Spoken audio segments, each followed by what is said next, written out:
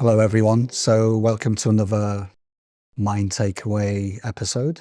Hello, welcome. We are joining you back in Berlin this time because I know for anyone that listened to the previous episode, we did it on location in Belgrade, correct? Yes, the last time we recorded, it was in Belgrade. Now we are back in Berlin. So for this one, we wanted to explore two articles that we were asked to collaborate. We were approached to answer some questions as experienced, international executive coaches. So we were amongst 6 other coaches. Is that right, Mira? Yeah, Martin Gutmann has approached us to answer some questions for the article he was writing for Forbes magazine.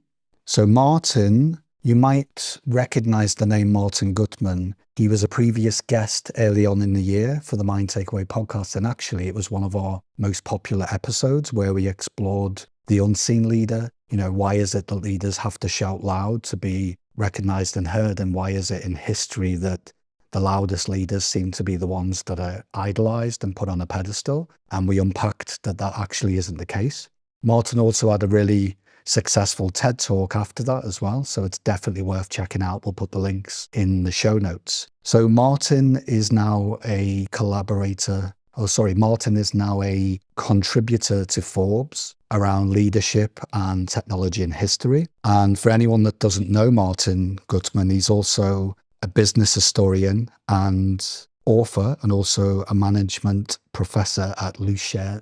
Martin is a management professor at Lucerne University. Thank you. I need to put my teeth back in, I think. So the first article that Martin kindly asked us to share our insights and our experience about was titled "The Biggest Challenge Facing Leaders Today." And that's according to coaches. And when he says according to coaches, I guess that's over to us, right? So one of the first questions that he asked, which is one of my favorites, is what is the biggest challenge facing leaders that we work with today?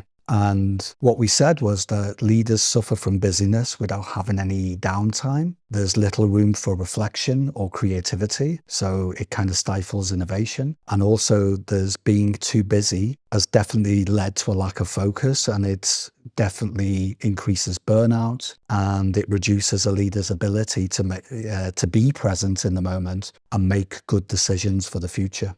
I don't know if you want to add anything to that, Mira. Yeah, the only thing I can add is that these other coaches that Martin was asking the same questions came up with very similar answer. They come from different backgrounds, from different countries, but they also all work internationally, and their answers were really, really similar to what we're saying,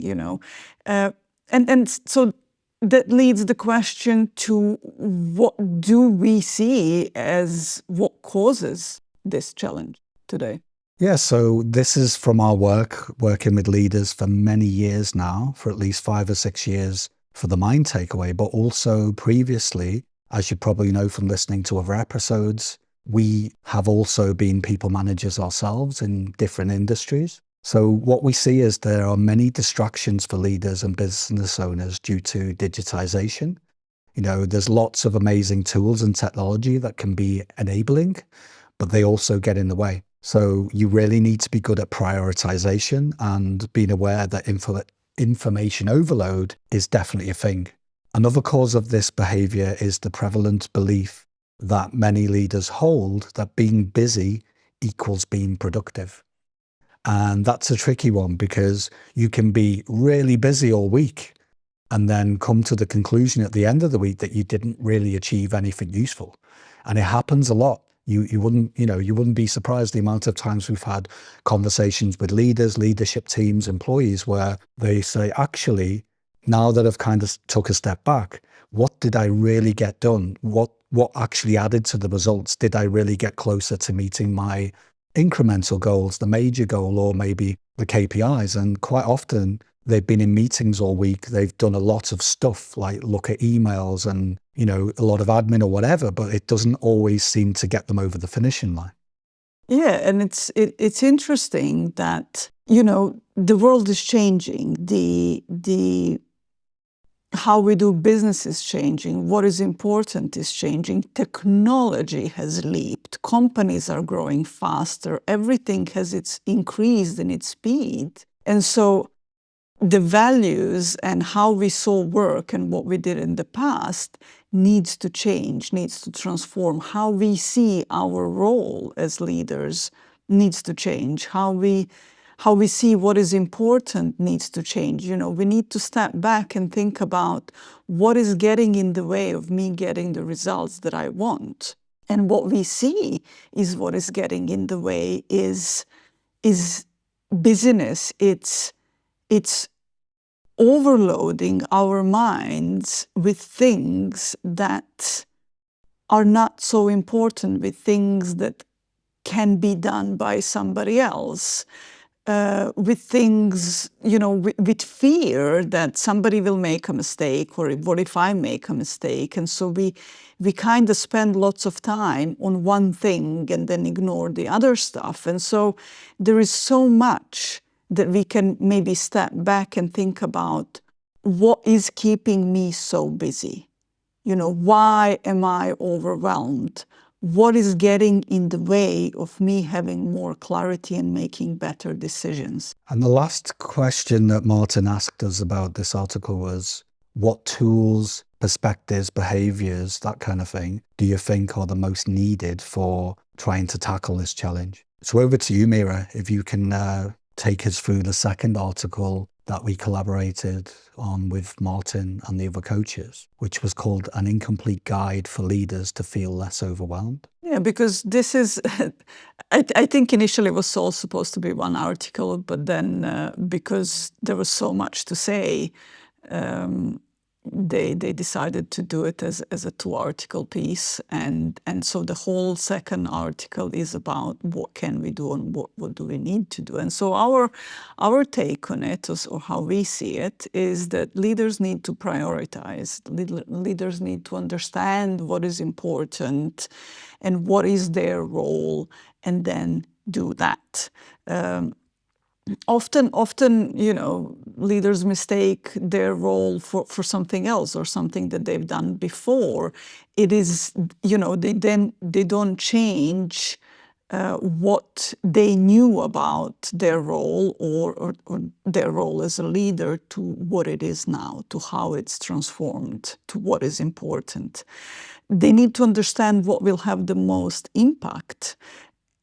They need to slow down and take time to reflect during the week. And I think that's the most important part, is when we are too busy, we end up doing things by inertia. We don't stop and think, you know, is this done? What else can I do?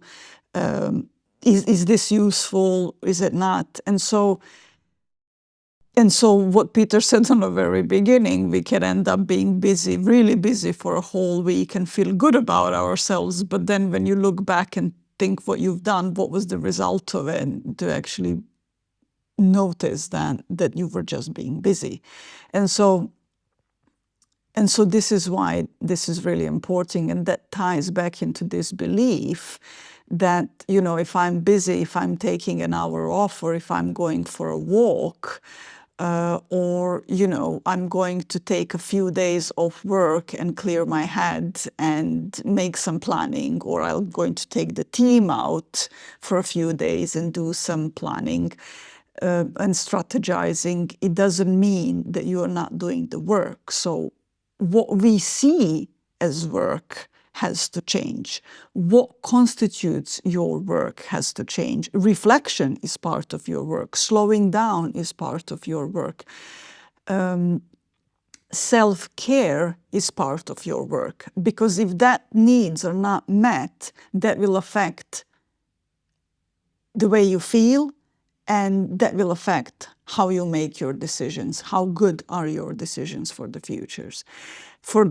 And you need to do all of that regardless of what is going on. You know, I always think about the quote that I heard somebody said, Dalai Lama said, I don't know if it's true or not. I mean, I don't know if it's true that he said it. Somebody definitely did, is today I'm going to have double more work.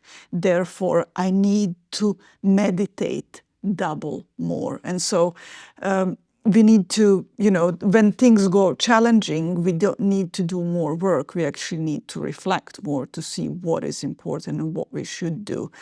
And so, here comes our part. We help leaders do that. Sometimes it's difficult to see things from the outside perspective when you're in the trenches. And that's why most leaders have coaches or have somebody to help them understand their belief systems, help them spot their blind spots, and help them manage their energy and time better. So in the second article, which again, like I say, I'll put the hyperlinks in the show notes for you.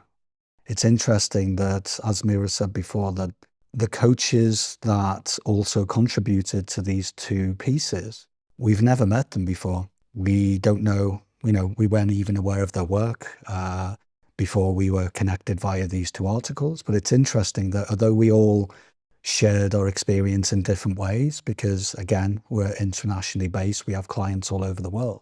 Although they kind of come at it at a different approach, we were kind of all aligned in terms of what needs to be done and where the gaps are for leaders and what's really getting in the way, if that makes sense. And the second part where Martin was really clever was to really link the latest research, the latest stuff from, for example, Harvard, or what the business experts are saying academically, that all of these things that we've mentioned, there's piles and piles of research now. Whereas, a couple of decades ago, people would say, prove it, prove that I need to be slowing down and taking more breaks. What's that going to get me? And now, other than, changing your experience and trying it out and thinking, right, okay, is that really true? What these coaches are saying, can I really make these changes? Is it possible? Is the light at the end of the tunnel? The research is completely aligned with what we've been saying as well. So it's useful to see that, because some people are more orientated towards data and they want to, they're very curious, which is great. We try and offer both. Don't take our word for it. We're not here to convince you. It's really, okay, would you like to change your life? Would you like to become a better leader? Would you like to increase your impact and get better results?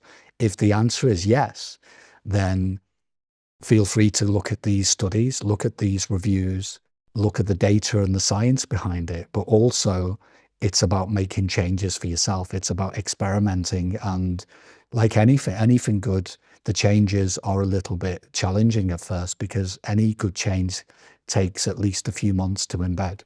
So if you've been having too many meetings, if your schedule is really, really crazy and hectic, and all, you don't feel like your impact is there, then the things that we've recommended, those are the things that you need to start changing slowly but surely. The good news is you don't need to change everything overnight, because that way you will probably set yourself up to fail. So if you feel like your calendar is all over the place, it's not that you are not good at scheduling stuff. We all can do that with experience. But how many gaps are there in the week, in the day, for you to take effective breaks? How many times do you block out a couple of hours in the week just to do research and study and have reflection time to think about all of the crazy data and the stuff that you've done during the week? Because the problem with us humans, it looks like doing more is the way forward, when actually being bold and brave and thinking, okay, I need to do less this week because I need to process all of the information from the week before. How the hell could you do that if you've added more and more and you get busier and busier? And that's why we see people, unfortunately, in a feedback loop where they're literally vibrating at the wrong frequency, because they are literally piling and piling and piling on more complexity, more information, more data. Data is only great if you can take a step back and look at what the information is telling you. And that's what we see, that there's so many tools being applied, but not enough actual critical thinking and creativity. And that's what we're pointing at, right? The change your week, change your month, change what you're doing, because it clearly isn't working. Was it Einstein that said, doing the same thing over and over again, it doesn't actually give you a different outcome? It's kind of insanity, right? And that's the problem. Modern society, digitization, it is, in many respects, insanity, because there's so much that we can't process. You know, humans were a biological life form. And sometimes we need to realize that although, you know, I love technology, I know it's an enabler, but quite often it is getting in the way. So I don't know if you've got anything else to add to that, Mira.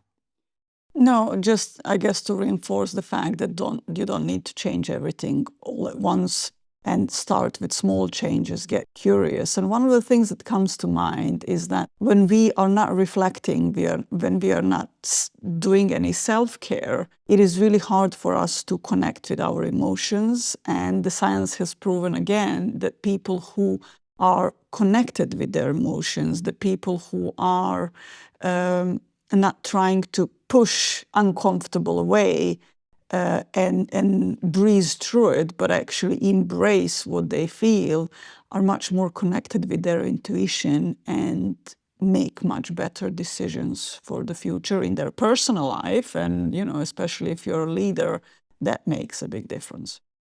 And I'll just end by taking a little snippet from the second article in Forbes, which Martin summed up as creating such an environment. So this environment of prioritizing properly, learning how to slow down during the week and really looking at what's going on, and, you know, having people around you, a coach or mentor, to challenge your limits in beliefs, your blind spots, etc. So if you're creating such an environment which is built on core values, self-care and empathy, and especially empathy for yourself, because you can't be empathetic towards your team or your company or the challenges if you're not being nice to yourself, right? So rather than keeping up with every demand, because it really is impossible, this is a true marker of success and a good step forward, beating back the tide of the overwhelm. So yeah, I hope this has been useful and interesting. And as usual, if you've got anything you want to ask us, any questions about the podcast or any feedback, please send it to us. We're always open to listening. And thank you for listening. Bye. Bye-bye.